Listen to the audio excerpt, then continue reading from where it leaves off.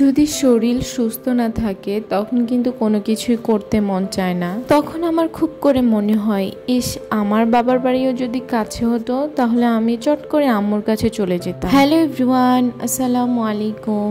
আশা করি সকলে অনেক ভালো আছে, কিন্তু আমি আজকে ভালো নেই। আমার অনেক বেশি মাথা ব্যথা ছিল।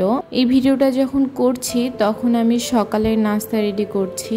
ঘুম থেকে ওঠার পর আমি সবসময় সারফরাজের নাস্তাটা আগে রেডি করি, কারণ ও ঘুম থেকে উঠে যদি নাস্তা না পায় তাহলে আমাদের পুরা 12টা বাজায় দেয়। যার কারণে আমি সবসময় চেষ্টা করি ওর নাস্তাটা আগে রেডি করে রাখার। আজকে যেহেতু একদমই ভালো লাগছিল না তাই সুজি বানিয়ে দিচ্ছিলাম। সারফরাজের বয়স 14 মাস, বাট আমি এখনো ওকে বাহিরের কোনো দুধ দেইনি। ফর্মুলা তো ছোট থেকে খাওয়াই না, আর গরুর দুধটাও এখনো দেইনি, যার কারণে আমি পানি দিয়ে সুজিটা বানিয়ে ফেলেছি। এখন আমি সুজিটা একটা বাটির মধ্যে নিয়ে নিচ্ছি, যতটুকু খাওয়াবো ততটুকু নিচ্ছি।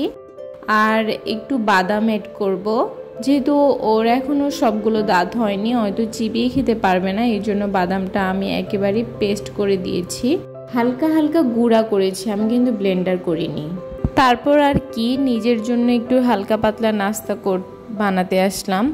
আজকে যেহেতু একদমই ভালো লাগছিল না তাই সবচেয়ে সহজ ডিম পোস্ট করে নিচ্ছি।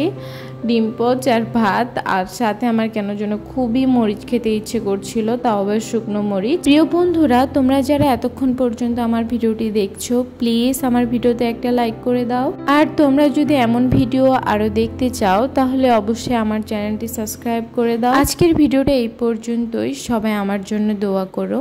আল্লাহ হাফেজ।